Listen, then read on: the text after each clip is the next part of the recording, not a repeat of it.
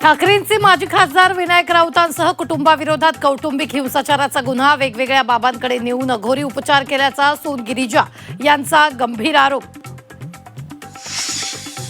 विनायक राऊतांनी सून गिरिजाचे सर्व आरोप फेटाळले। पैशांसह घर कारची मागणी मान्य न केल्यानं आरोप केल्याचा दावा, तर 2022 मधील प्रकाराची तक्रार 2026 मध्ये का, विनायक राऊतांचा सवाल। खडसेंचा भाजप प्रवेश आपण थांबवलेला नाही, गिरीश महाजनांची टू द पॉइंट मुलाखतीत दावा, तर शरद पवारांची साथ सोडून कुठेही जाणार नाही, एकनाथ खडसेंचं स्पष्टीकरण।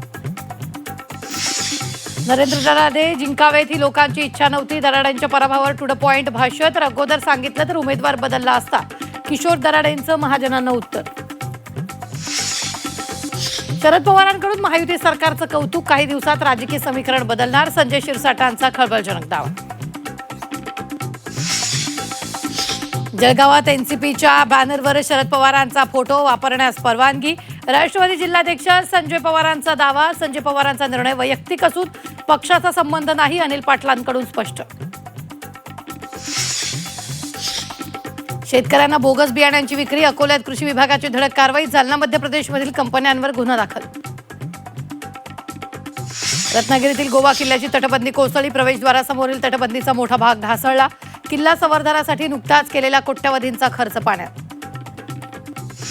जोरदार पावसामुळे वडस धरण भरलं, जुन्नर आंबेगावातील पाण्याचा प्रश्न मिटला, जुलैमध्ये झालेल्या पावसामुळे शेतकरी समाधानी। माऊलींची पालखी सासवड मुक्कामी, सुनेत्रा पवारांनी घेतलं माऊलींच्या पालखीचं दर्शन, वारकऱ्यांसोबत सहभोजन करत अनुभवला भक्तीचा अविस्मरणीय सोहळा।